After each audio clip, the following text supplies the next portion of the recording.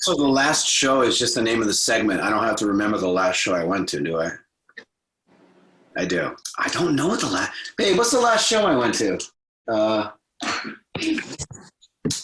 Liquid Stranger. Oh, yeah. Okay, I got it. Yeah, it's a DJ. I went to see a DJ. Hey, everyone. Jimmy Hubbard, Revolver's creative director here, checking in from quarantine. Hope you guys are all staying safe and healthy out there. I'm joined today by someone I'm sure you all know, Jesse Leach of Killswitch Engage, Times of Grace, and The Weapon. Yeah, man. The series that we're doing called The Last Show is something that we're doing with Road Crew Relief. So we're going to be talking about Jesse's last show, the last show he saw as a fan, and just what he's been up to. How you doing?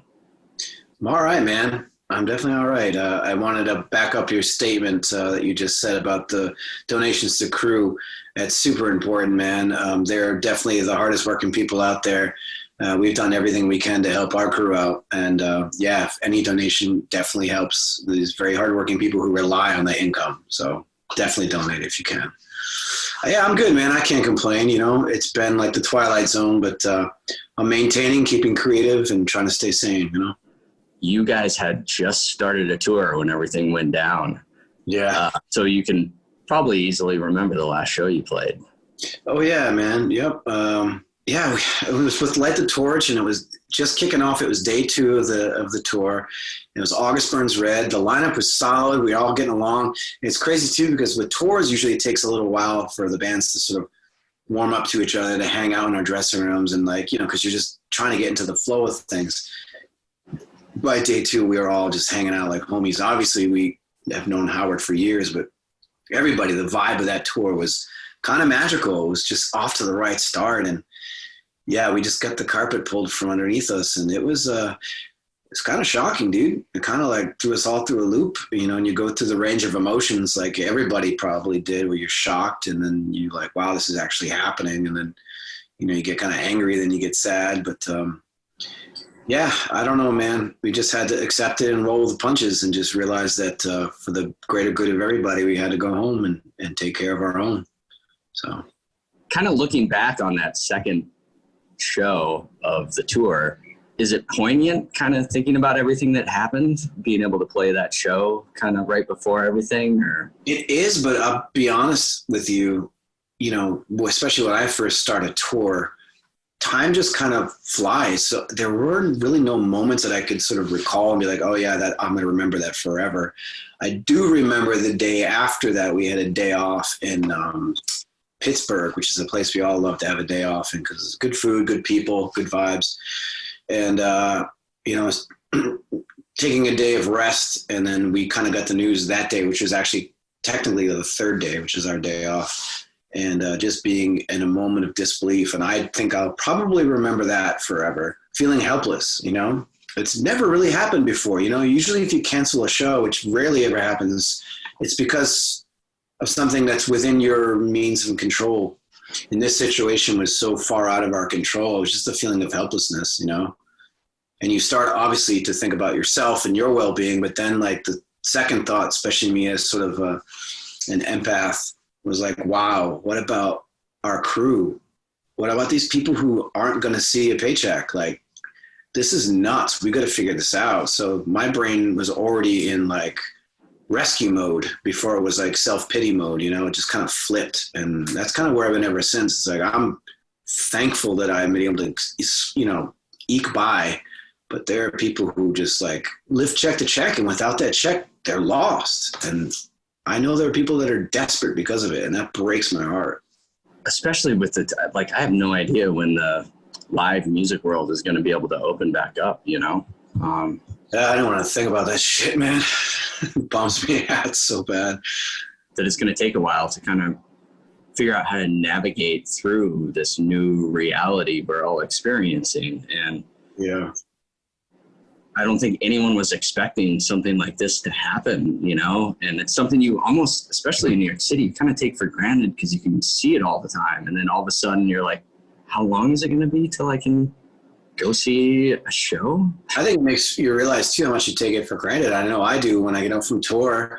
if I see a band or a DJ or somebody playing, like, I don't think twice about it. I go. Like, we go all the time. Like, it's just always available because New York City has that sort of influx of artists. And yeah, it's really makes you realize, you know, me as a music junkie, how much my life revolves around not just touring, but going to see shows and to experience live music, and how that release really like helps with my mental health. Like, not going to shows for a while and not performing shows, I'm starting to lose it a little bit, man. It's tough, but yeah, it makes you really realize what you take for granted, for sure. You guys just released the acoustic song and video yesterday. That was yesterday, wasn't it? Yeah, yesterday. Yeah. We Carry On, which is from the album before that, which was a song we were actually going to be playing on that tour. We were going to introduce it because we'd never played it live. And I was thinking, man, what a great song. Why we've never played that song live? Let's swap it out for Always and, you know, put in another mellow song here and there. Mellow, not metal, mellow. And switch it up, because I love that song. And I just thought it was great lyrically. But, you know, now we've gone through what we've gone through, it seemed even more appropriate, because the lyrics are somehow through it all, we carry on. It's just about persevering through a really dark time. So yeah, that was cool to release. And I've been working on a bunch of other stuff. Staying busy helps for sure. And feeling somewhat connected through releasing that acoustic song and our B-sides for charity, which is a huge success as well. That stuff is like the high points now, you know, like I look forward to that more than anything, you know, because it when you're performing, it just, you get this rush, you get this sense of purpose. And without that, I've honestly felt a little lost. And it sounds funny, but performers who know, you live off of that feeling of like, I feel like with live shows and with my lyrics, I'm contributing to society. I'm doing something good. It makes me feel good about myself. And it's reciprocal, you know, it's something I feel good about, but I know the audience feels good about that. When you take that away, it's like, well, who am I now?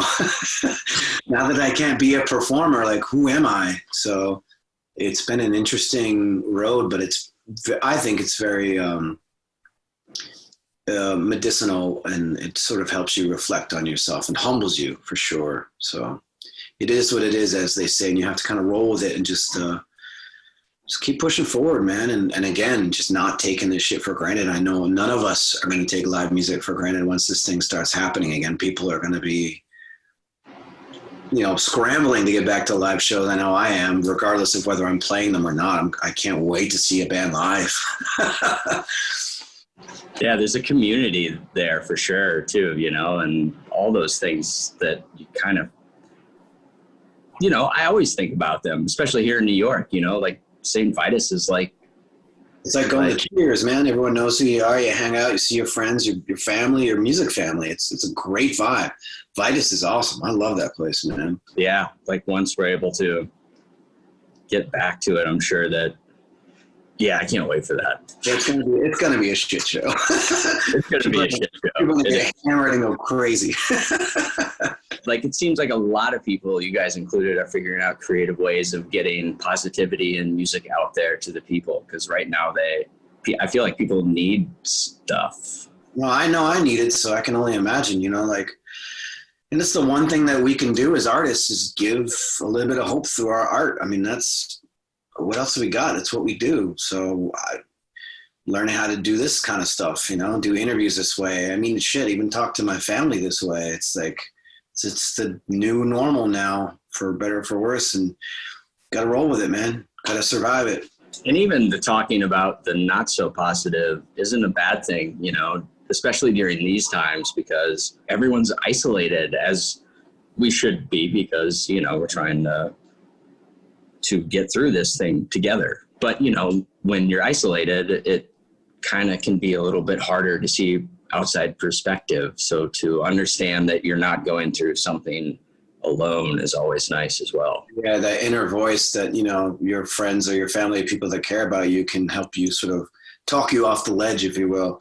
And not having access to that definitely sort of puts, I mean, doing this kind of stuff is good too, but it also, I think, hopefully is teaching people on how to deal with issues within themselves. I know it's definitely done that for me, but I'm fortunate I have my girlfriend who's an incredible partner and has helped me out with my sort of issues. But yeah, being in a place where you feel camaraderie, you feel like, you know, you've got a place to stand, is huge. And not having that has definitely created these other venues, and it's survival mode. You know, we've got to figure out how to get through this. And, you know, I think we're all doing the best we can with this stuff. So yeah, this kind of stuff, Zoom has been incredible. I even went to, off topic, but real quick, I even like attended a party where you pay for a ticket and you go to like a party, and the camera angle switches so people at the party with you, and it's a digital party. It's so nuts. It's so crazy. But I had fun. It was like I was at a party and I was watching people on the screen party. It's so strange, but it helped. It put me in a good mood. I don't know. It was great. Zoom parties. Huh. Interesting.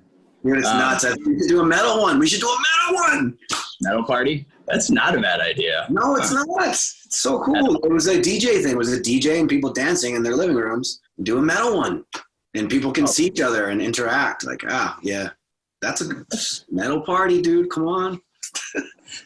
So, before all this shit went down, Jesse, do you remember what the last show was you saw as a fan? Yeah, because I was getting ready to go on my first vacation ever, like a real vacation. I've never had one my whole life. And I finally saved enough money to go to Thailand. And it was the night before I left for Thailand. I went to see this DJ, Liquid Stranger, who's, I guess, dubstep, electronic, crazy, inventive stuff. My girlfriend recently got me into a lot of that dubstep stuff, which I never really understood until I heard the cream of the crop, the guys who were doing it really well. And Liquid Stranger is one of them. That guy, like, it's like the metal of the electronic music. Like, their breakdowns and the BPMs and everything about that music is heavy, heavy bass. And you can actually pit to it. It's at the same BPMs as like a hardcore breakdown, but they add these bass tones. And yeah, Liquid Stranger put on a hell of a show. And it was at Webster Hall. And that was the last live venue I got to see.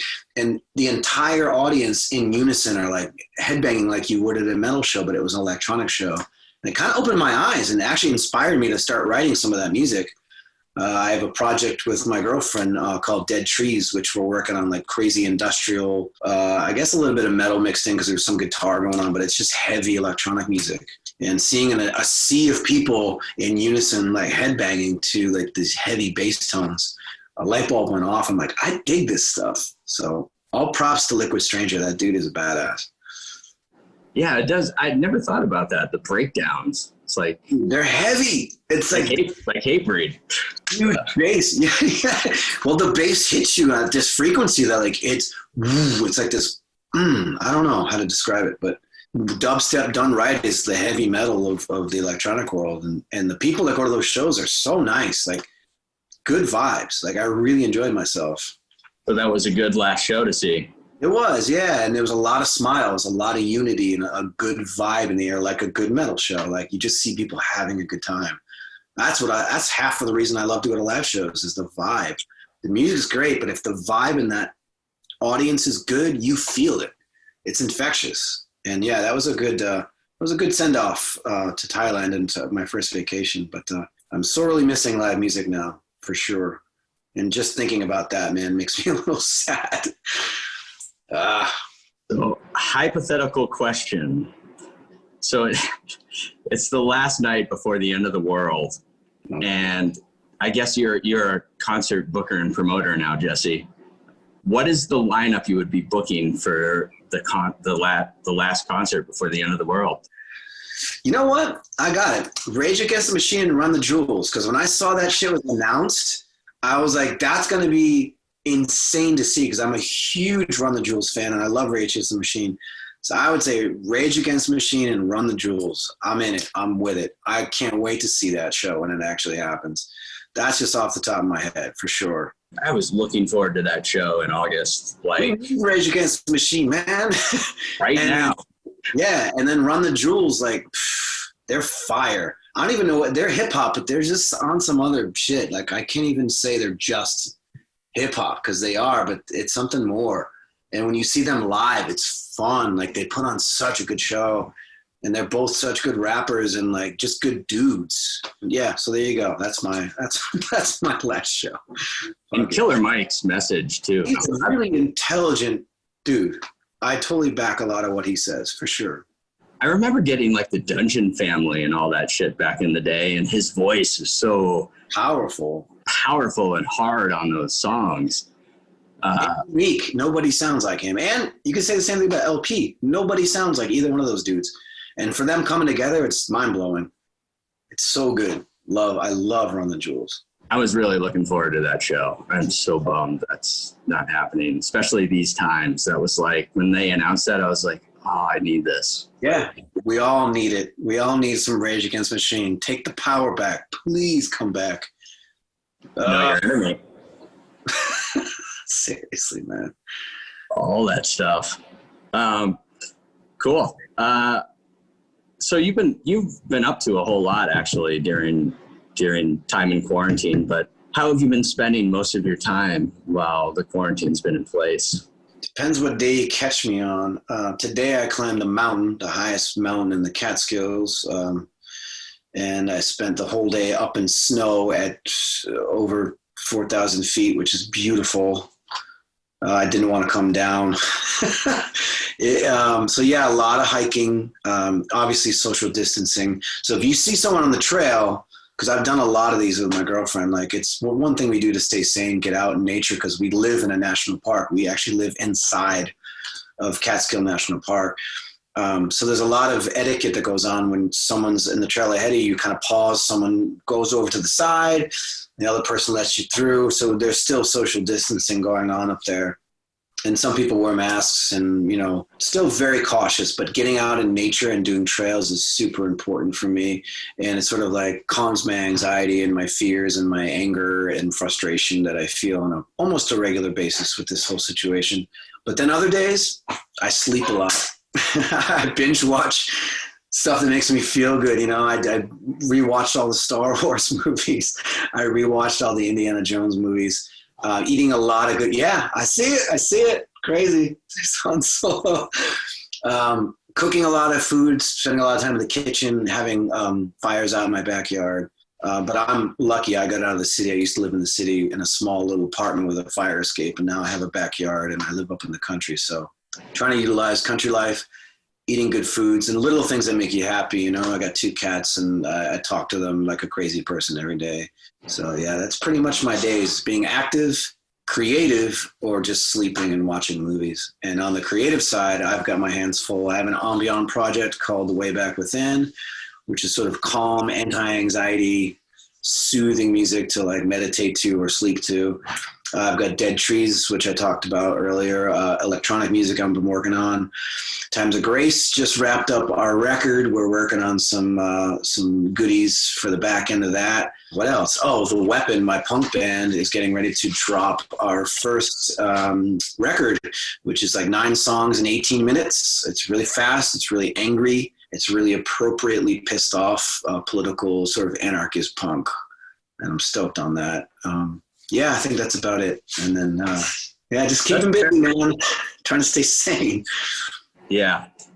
Is with the Killswitch guys, do you guys have plans to do anything else like you did with There's talk of doing another one like Carry On for sure, but everyone's got their hands in other projects, and we'll see what pans out. But I would love to do especially a rendition of a song that isn't easily made into an acoustic song. I'd love to try to do something off the wall, but we'll see. Adam's just getting warm to the idea of doing these live things, and now he's getting the hang of it. He's all about it. So you never know what's coming down the pipeline. Weird question. It just entered my head. Have you ever thought about, especially in these times, like doing collaborations with musicians or artists outside of the genre that you do? No, but that's a great idea. No, I would entertain that. Yeah, I'd love to do that. Now you get another thing I'm going to start working on. Don't give me more work. That's a great idea, man. It really is. Yeah, I'll have to think about that one. Just because it's nice to hear different people's perspectives, and if music and art is always comforting to me, so perspective and being able to make the best of a bad situation, you know? Yeah, you're right. What's the first thing you're going to do when the lockdown's over?